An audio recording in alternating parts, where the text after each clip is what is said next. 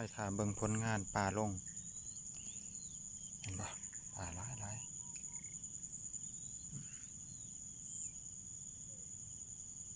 อายุใกล้มันแล้วมันบ่ลง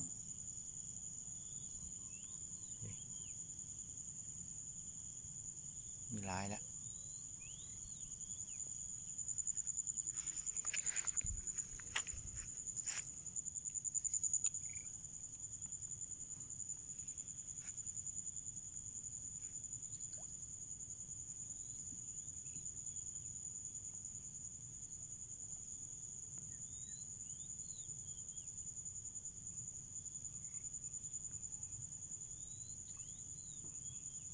คันเฮาลี่บ่ให้อันเห็นมันก็ลงหลายเลยคันมันเห็นคนแล้วมันก็บ่กล้าลงมันจะลงเป็นหมู่เป็นหมู่เป็นหมู่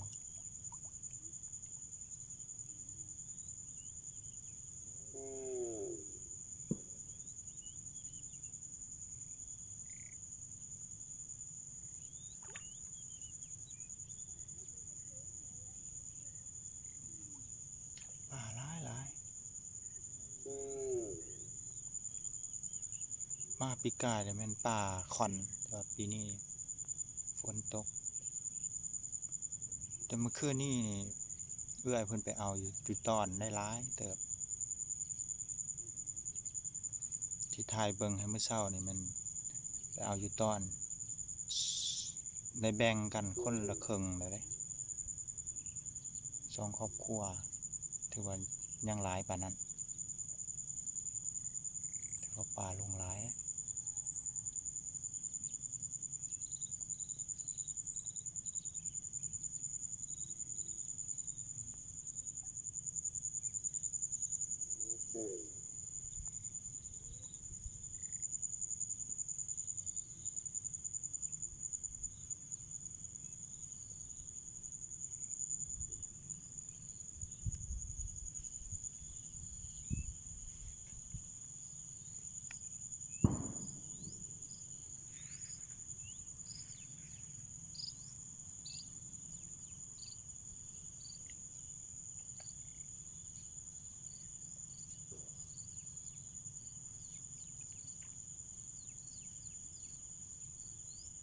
โอ้บ่แม่นแยงขาดบ่คือว่าหลุดออกไปนำ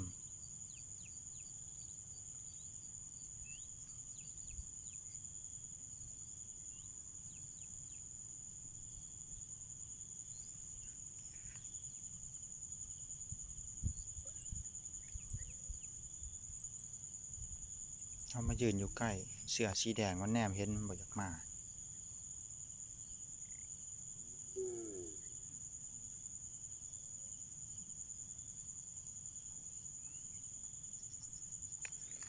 สิไปอยู่ใกล้ๆเบิ่งว่ามันลงแนวใด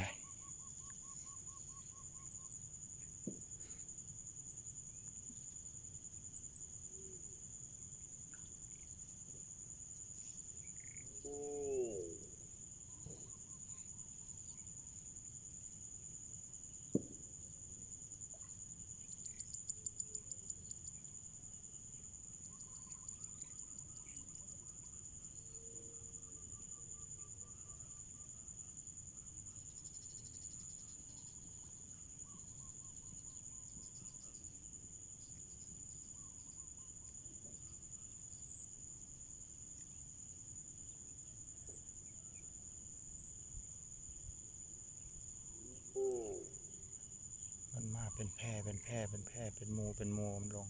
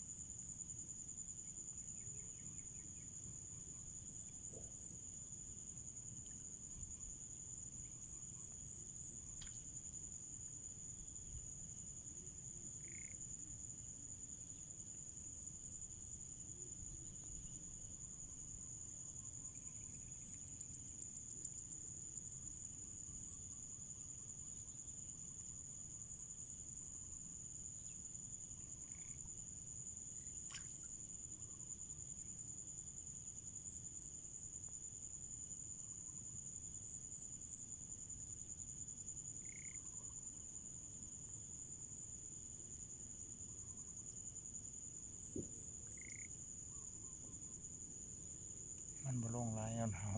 มานั่งเฝ้ามันเราเห็นมันเห็นเรามันก็บ่ค่อยลงย่าน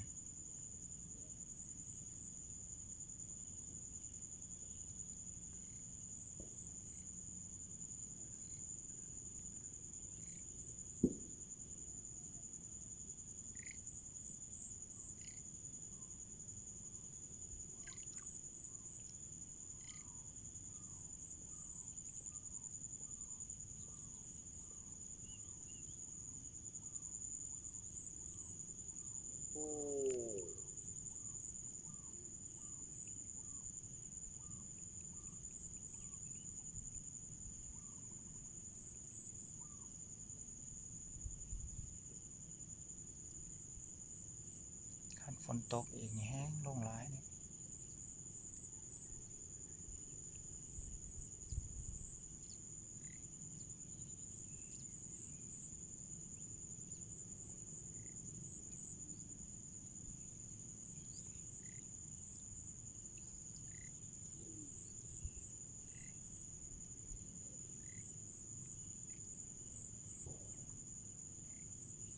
เจ้าหน่อยสีสวยๆแล้วก็บ่ลงแล้วลงตอนเช้าๆนั่นแหละเห็นบ่มันมาถ่ายอยู่ทางหน้านี่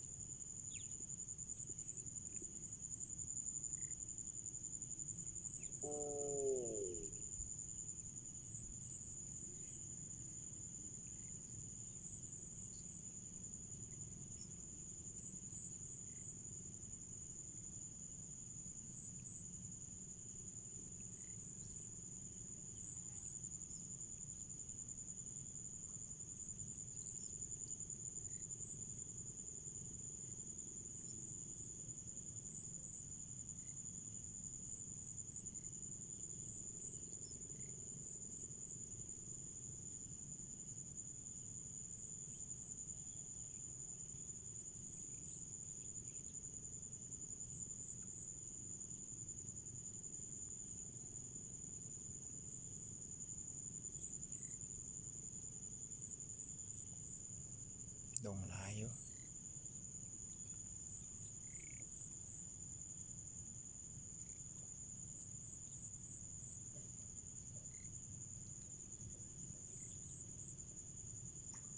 ลงแน่ขึ้นแน่ก็มี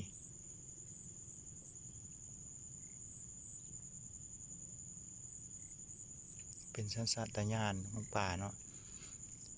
แต่ว่ายามฤดูฝนต้นเดือน5 เดือน 6มันจะขึ้นมาวางไข่หลังจากวางไข่เกิดลูกเกิดเต้าแล้วก็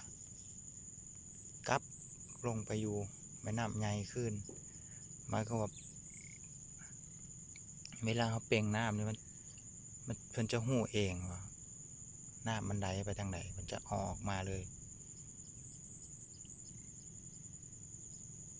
มันจะรู้สึกเอง